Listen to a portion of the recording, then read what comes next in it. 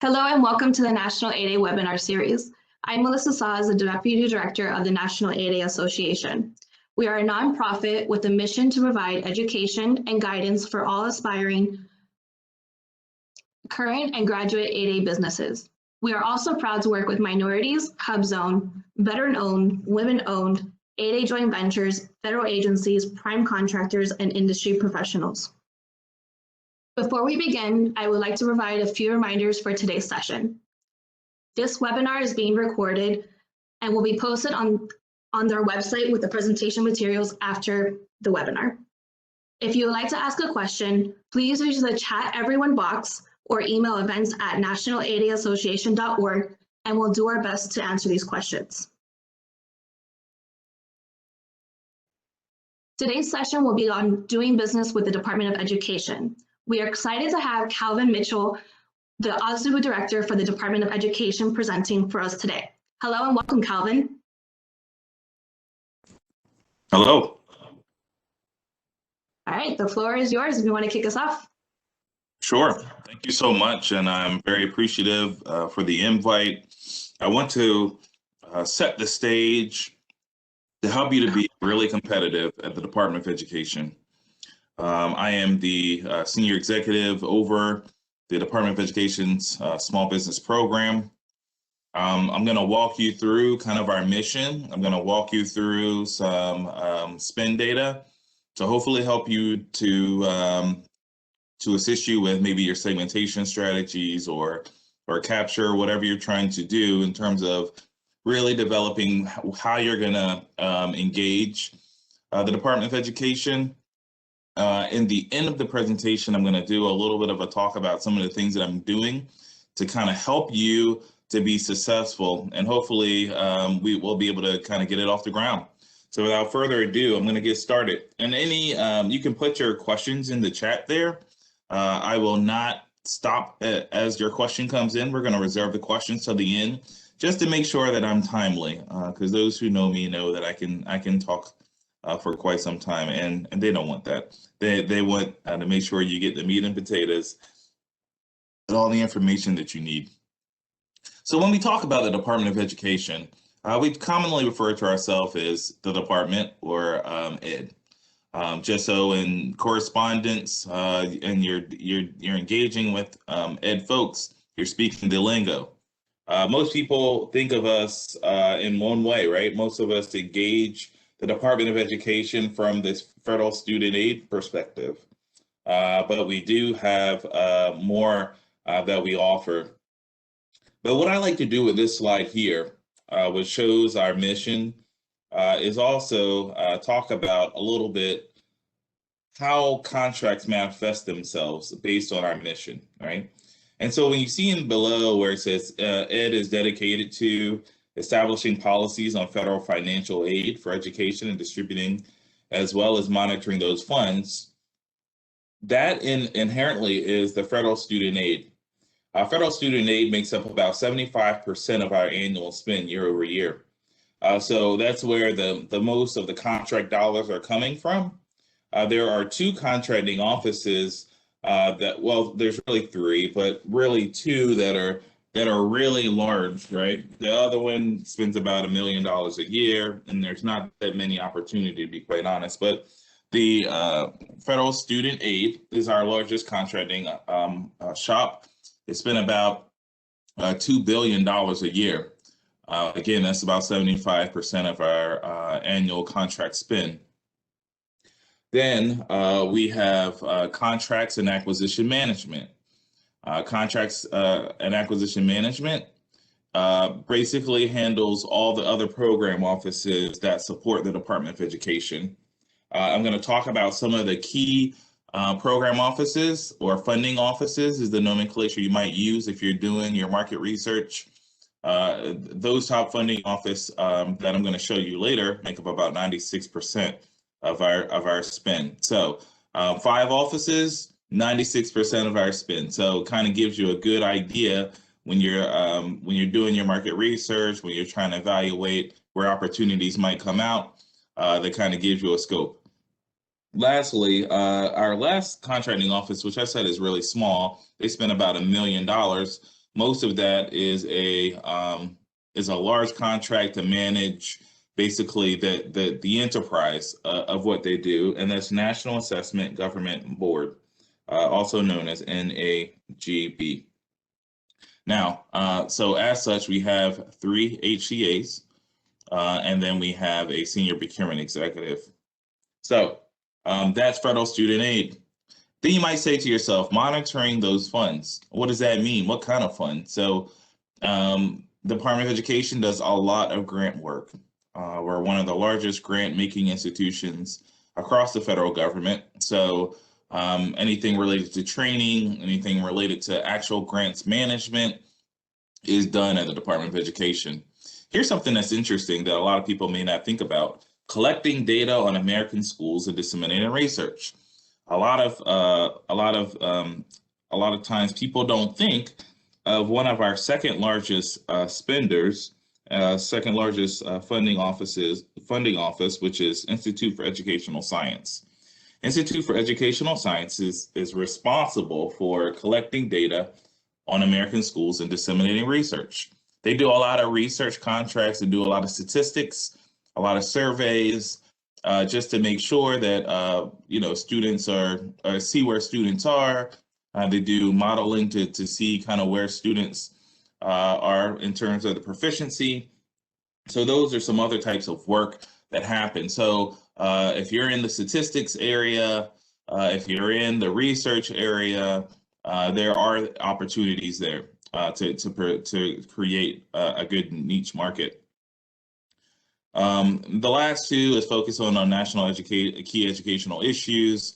I always say that it's always important especially as an 8A contractor, to know your customer, right? And what do you really mean? What do I mean by that? So the new administration seems to be focused on diversity and inclusion.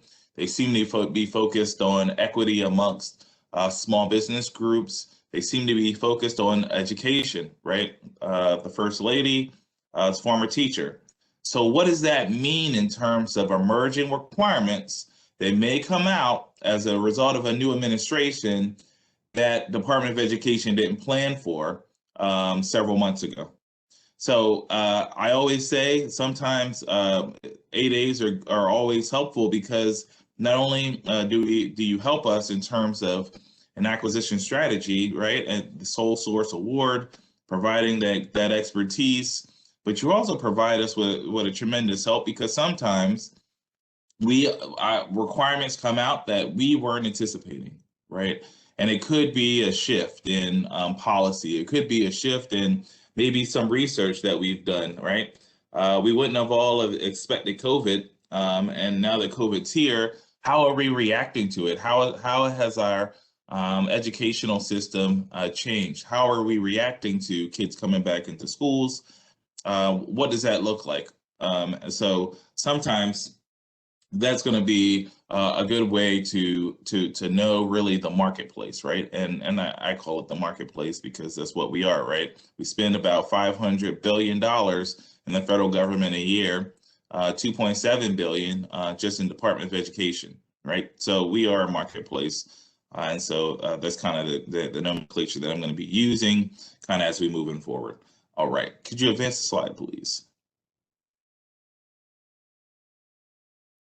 All right, so those who may be new to the federal government, this slide really goes for every federal agency. The Office of Small and Disadvantaged Business Utilization, or OSDBU is the word we use. And what we really do is advocate for small business participation in government contracts, in department contracts, right? So every office, when you're doing your segmentation and you're trying to figure out based on your NAICS code, based on your core competencies, who do you want to reach out to? Because at the end of the day, the 8A program is all about relationships, relationships, relationships. Once you build those relationships, then it becomes about past performance, past performance, past performance. And then after past performance, it's then looking at what your core competencies are and really building that niche market, right? So after you develop where that sweet spot is for you, and you kind of replicate that across multiple federal agencies or even multiple entities within across the department, then looking at how you can really solidify yourself, right? So that way, when we get to that ninth year and we're looking for contract support, we almost have to use you in some kind of way, even if it's a subcontractor, right? So really establishing yourself in that way. Now, you might say, okay, Calvin, well, I'm new, so what does the OSDBU do? One thing we do is outreach, right? My biggest thing is engaging with small businesses to make sure that they know as much about the Department of Education as possible. Because I feel like if you have enough information, you'll be competitive on our contracts.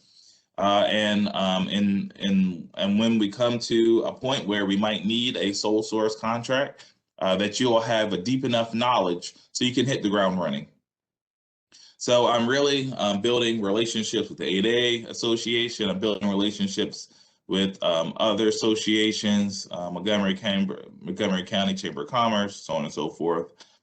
Establishing strategic partnerships to support small business small business participation. This is what I'm doing now, right? I will have good relationships with the Veterans Group, the HUBZone Group, the Women-Owned Small Business Group. So that way, hey, got a requirement coming out. What is it? What does your industry base look like for this requirement? I'll try to forward the RFIs when I see them, and try to make sure that folks are engaged, and that I can provide as much advertisement about our requirements as humanly possible, especially when it comes to RFIs and source of salt notices. Overseas procedures for doing business with the Department of Education. So part of what I'm doing is looking at some of our websites, how much information is there, how much information can be added, breaking down barriers with our websites, breaking down barriers internally, which I skipped the third one, which is provide guidance and oversight, guidance to our workforce. I meet regularly with our funding offices, but I'm very engaged in training. We've had so far about 10 to 11 trainings that the OSDBU office has put on, specifically focused on increasing our small business utilization. We've gotten as many as 300 people to attend, and we've had as little as 60 people attend, but anybody attending and hearing about small businesses is a good day at the office for me. And lastly, establish and facilitate small business goals, in which we'll talk a little bit about that more in the presentation. But we try to monitor our goals monthly. I send them out to all the funding offices. I was able to get some of the performance plans changed at the Department of Education, so I may or may not be a big fan here anymore, but I got the performance plans changed so that small business is included in some of the other senior executive performance plans. So we'll see what happens when they have the next senior executive meeting and I show up. We'll see if it gets quiet in the room. Next slide. So I'm going to spend a little time here, and I know you might want to jot it down, but I know these slides will also be provided to you. These are the top contracting offices for ed, but in reality, these are the top funding offices for ed for FY20. What I want you to see is these top offices, and this is what I would challenge you to do. Go on our ed website, or you can just Google Federal Student Aid or Institute of Educational Sciences, or our Office of Finance Operations. Google these offices, learn what they do, and see if what they're buying aligns to your mission. And the structure of most of our organizations is provided there on the website. Contacts are even there. So there's a lot of information that's publicly available. What I want to do is give you kind of whet your appetite in terms of where the opportunities might present themselves, and knowing there's always area for improvement. But again, 8A, relationships, relationships, relationships. These are top offices. You can see this is pretty consistent with what I had mentioned before. Federal student aid is the lion's share of the spend, also lion's share of the small business spend, and then closely followed by the CIO's office, who spends a lot of money, but they also set aside a lot of money. So if you're in the IT sector, there's a lot of opportunity. We right now are tracking to about 80% small business set-asides for the CIO office. Jason Gray and his team are very supportive of our small business program, so I'm really excited about the relationships we're building there. Institute for Educational Sciences, I had mentioned them before. A lot of their work is really under the social science NAICS code, professional services. It's all about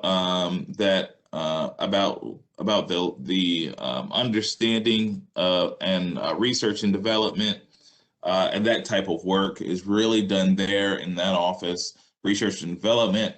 There's a CIVRS program there. They also do a lot in the space of data analytics. So that is the type of work that's done there. OFO, as we know it, the Office of Finance Operations, is really I call it our GNM, right? It's our General Administration Office, right? It's really what keeps the wheels moving for our office. My boss, who falls under that, who is the Deputy Secretary there, she is a huge advocate for small business. So almost everything we do in there is set aside. And we do a lot of professional service work. We do a lot of training. We do a lot of support services. We just had a conversation where we're going to do a contract for diversity and inclusion. That's happening there in that office. And then lastly, the Office of Elementary and Secondary Education is our fifth largest spender. And as you can imagine, a lot of their work is around supporting elementary and secondary education. So what does that look like?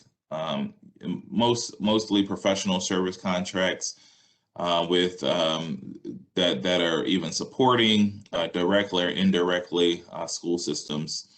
And that's kind of what that might look like in terms of contracts. All right, so next slide, please. So next, these are our top NAICS codes. This isn't all inclusive, but I wanted to at least give you those top 5 NAICS codes where we tend to spend money.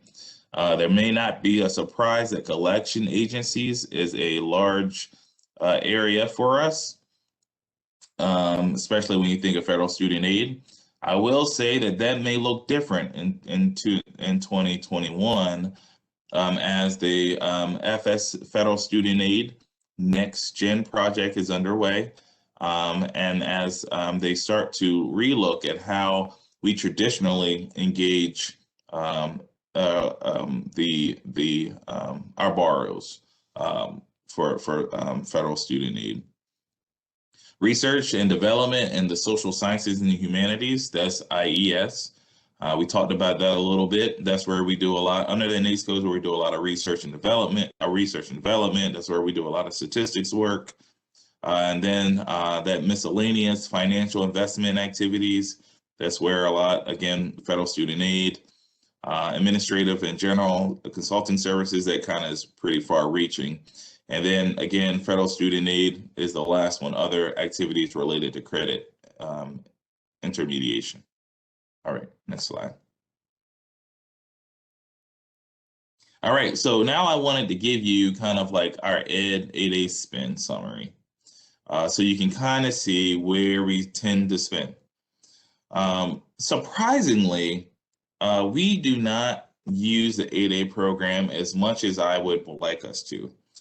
So part of what I've been doing since I've been in this role is promoting the 8A program, but I also need you to do that too. Don't take for granted that a program office that you may be working with will understand the benefits of the 8A program. They'll, hey, offer and acceptance, we go straight into negotiations, we can work collaboratively together. They may not know that, right? So I'm going to do my part. I'm going to also ask you to do your part on your side as you're working with the program offices. Here's a breakdown of the top spend by NAICS. Again, what you may notice is it's not really related to some of the core work that you saw on the previous slide. So again, if you're 8A and if you're in some of that core work that we're doing, please make sure you reach out to me, you reach out to our program office, and we try to work to see how we can get you nestled in the agency. Next slide. All right, so here's my contact information. Okay, they put my team put the small business general email box, but you can also email that box. You can also email me, calvin.mitchell@ed.gov, and I respond pretty quickly unless I'm out of the office, because it's my business to make sure that you have business and that you're pretty productive. I also wanted to say some of the big helps and tools that I've seen over the years in terms of 8As, again, is those relationships, right? So once you have determined kind of what your core work is, reaching out to those agencies and introducing yourself, and also introducing what you bring as an 8A contractor. Yes, there's a technical expertise, but there's also a smooth acquisition path that's streamlined. Make sure you're hitting on that, and so that the program office can understand, hey, you mean to tell me that all I need to do is just send your name over to my contracting office and your NAICS code, and they can just get us straight to negotiations? And how long does that take? Maybe 2 or 3 months, depending on the agency. Make sure you're articulating that. Also, when you're looking at your capture strategy, when you're trying to determine what agency to work with, make sure you know a lot about the program office and what they can do. I will tell you, it makes it a lot easier and a slam dunk. Here's something else to do. Look at some of our expiring contracts that are 8A contracts. And you can find that on Federal Procurement Data System. Right? Look at some of those contracts. What I'm going to be planning on doing is working with the 8A Association to try to provide some of that data as well, so that we can kind of get ahead of some of our 8As before they expire. And look at some of those 8As that are expiring and say, hey, Calvin, I see this 8A is expiring, and oh darn, they're graduating out of the program. I think we might have the right skill set to provide this service. Do you think you might be able to help us in terms of getting in front of the right people? We do that, and that provides you with some great insight. And so I think there's one more slide. There might be one more. All right. So I also wanted to provide you with some leave behinds. Last thing I want to say, because I'm running over my time here, is please register in our small business customer experience tool. That's our repository to keep track of all of the small businesses that want to do business. And our contracting officers can see those businesses in our system. And our forecast is publicly available, and so is our active contract list. And so that is all I have. And Melissa, I think I'm going to transition back over to you. Thank you. Great. Thank you so much, Calvin. I think you've covered all your bases because I haven't seen any questions come in from our attendees. So in the meantime, I will continue on. But if you do have any questions for Calvin, please feel free to continue using the chat box to ask those questions, or you can always email any one of us at the National 8A Association those questions, and we can get it over to Calvin. Or as he previously mentioned, you can always email him or his small business inbox so they can get your questions answered. Also, if you all want to join us next month, we will be hosting another webinar with Bank of America on financing options for small businesses. I hope you guys all found today's webinar very helpful. So thank you all.